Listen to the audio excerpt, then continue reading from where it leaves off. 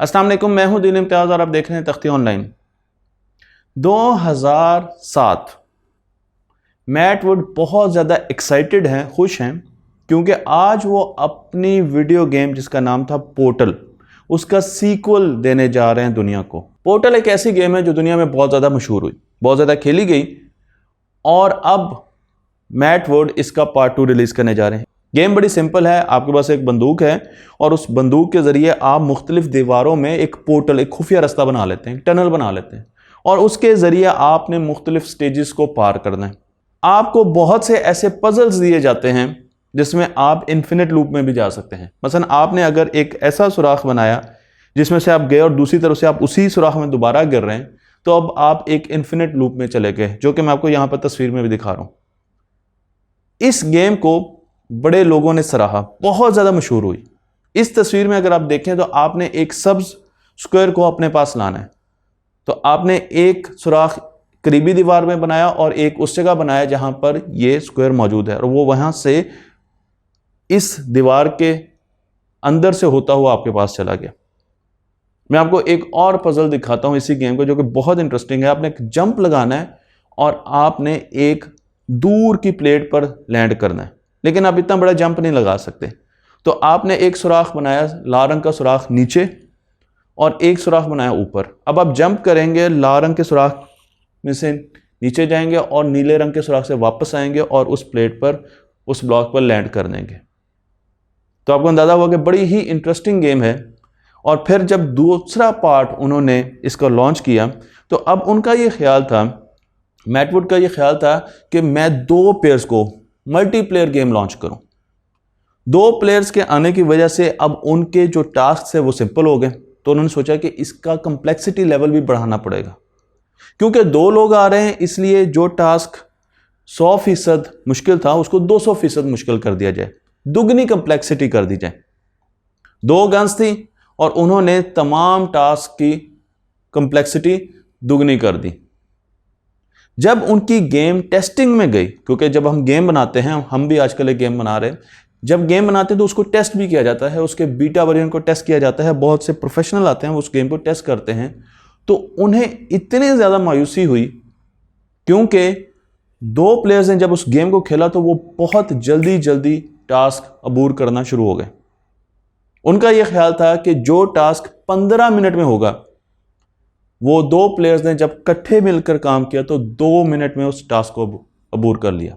बहुत बड़ी miss judgement हुई थी, मिस कैलकुलेशन हुई थी मैट वुड से।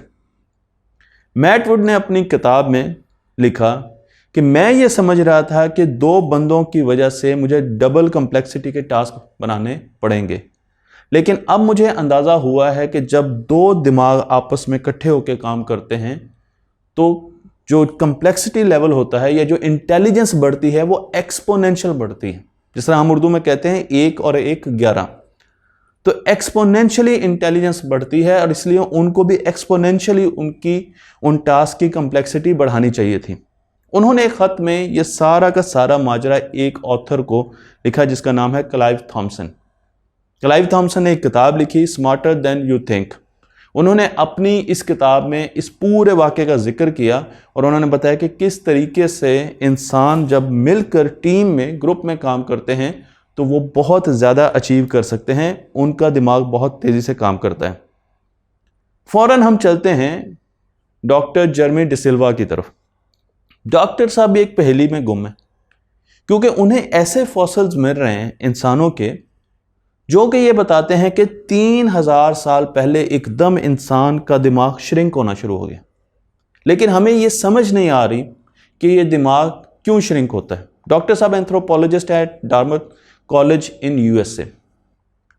उन्होंने जब इंसान की तारीख की स्टडी की तो पता चला कि 10,000 साल पहले हमने मॉडर्न सिटीज़ आबाद करना शुरू कर दिए।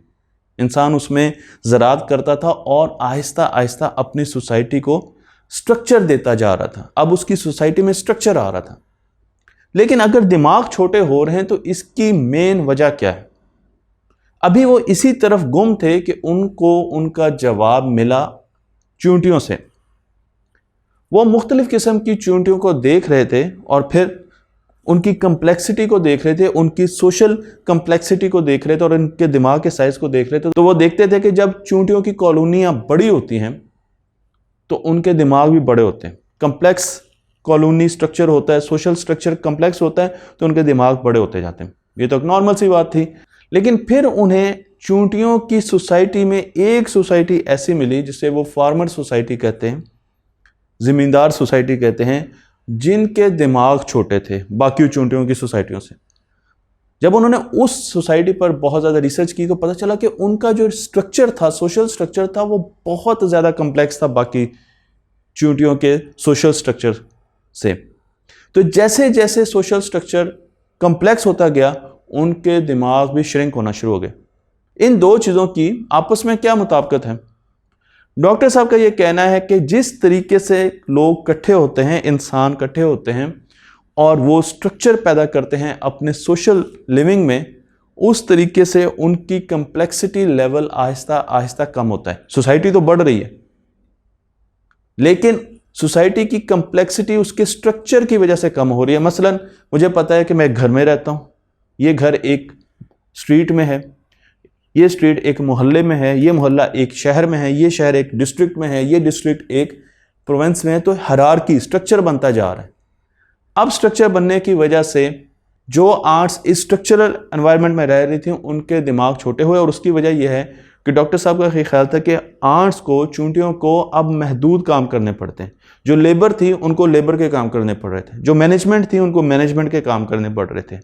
इसकी एग्जाम्पल मैं डॉक्टर साहब की ही एक पेपर की एक एग्जाम्पल से आपको देता हूँ, और वो ये कि डॉक्टर साहब भी कहते हैं कि अगर मियाँ और बीवी इकट्ठे रह रहे हैं तो मियाँ को पता है कि उसने क्या क्या काम करने हैं और उसने अपना दिमाग, उसने अपनी थिंकिंग कहाँ इस्तेमाल करनी है, और बीवी को भी पता है कि उसने अपना काम कैसे करना है और अपना दिमाग और अपनी थिंकिंग कैसे इस्तेमाल करनी है। इन दोनों का आपस में कम्युनिकेशन कनेक्शन तो है, लेकिन स्किल स्वैपिंग नहीं हो रही, एक दूसरे की स्किल्स हासिल नहीं कर रहे, क्योंकि उनके अपने काम हैं, उनके अपने काम हैं।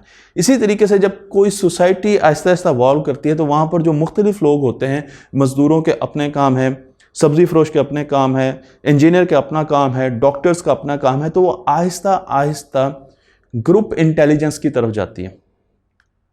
उनके माबैन ट्रांजैक्टिव मेमोरी बढ़ती जाती है, इसे साइकोलॉजी में ट्रांजैक्टिव मेमोरी कहा जाता है। ग्रुप थिंकिंग बढ़ती जाती है, ग्रुप मेमोरी बढ़ती जा रही है। पहली मर्तबा इस वर्ड का इस्तेमाल किया था डैनियल वेनर ने 1985 में, और उन्होंने कहा कि क्योंकि हमारा दिमाग हमारी बॉडी का 20% एनर्जी का सोर्स लेता है, यानी हमारा दिमाग 20% हमारी बॉडी की एनर्जी इस्तेमाल कर रहा है, इसलिए ज़रूरी है कि आहिस्ता आहिस्ता हम और ज़्यादा स्मार्ट हों, हम ग्रुप्स में काम करें, हम सोशल सर्कल्स में काम करें। और जब इंसानों ने आहिस्ता आहिस्ता सोशल सर्कल्स में काम करना शुरू किया तो इंडिविजुअली ये असर आया कि इंसान का दिमाग श्रिंक होता गया, उसकी जॉब डिस्क्रिप्शन काफ़ी कम होगी, उसे पता था कि उसने कितना काम करना है, लेकिन उसके साथ उसकी जहानत में फ़र्क नहीं पड़ा, लेकिन उसकी रिस्पॉन्सिबिलिटीज़ कम होती गई। इसी थ्योरी को अगर आगे लेकर चला जाए तो आर्टिफिशियल इंटेलिजेंस के आने के बाद आपका क्या ख्याल है कि क्या हमारा दिमाग दोबारा और ज़्यादा श्रिंक होगा? क्योंकि आर्टिफिशियल इंटेलिजेंस तो ऑलरेडी वो सारे काम आहिस्ता आहिस्ता लेती जा रही है जो कि आम इंसान करते थे। आप ड्राइविंग की ही बात ले लीजिए, ड्राइविंग आहिस्ता आहिस्ता मादूम हो जाएगी, और 2028 के बाद एक स्टडी ये कहती है कि जो गाड़ी चलाएगा उसे जुर्माना किया जाएगा। 2028 के बाद जो गाड़ी चलाएगा उसे जुर्माना इसलिए किया जाएगा कि ये एक अनसेफ एक्ट है, वो एक्सीडेंट कर सकता है। आर्टिफिशियल इंटेलिजेंस इतनी ज़्यादा मैच्योर होगी कि उसको इतना ज़्यादा रिलायबल समझा जाएगा कि वो अगर गाड़ी चलाए तो ठीक है, लेकिन इंसान अगर गाड़ी चलाएगा तो ये अनसेफ एक्ट है। इसका मतलब ये है कि उसकी सेफ्टी कॉम्प्रोमाइज़ हो रही है। तो जब आर्टिफिशियल इंटेलिजेंस आएगी तो क्या ख्याल है आपका कि हमारे दिमाग का साइज़ दोबारा बढ़ेगा या हमारे दिमाग का साइज़ आहिस्ता आहिस्ता और कम होगा? मुझे उम्मीद है कि ये एक छोटी सी वीडियो आपको पसंद आई होगी। तख्तियाँ ऑनलाइन को लाइक कीजिए, शेयर कीजिए और आपस में ग्रुप्स में काम कीजिए।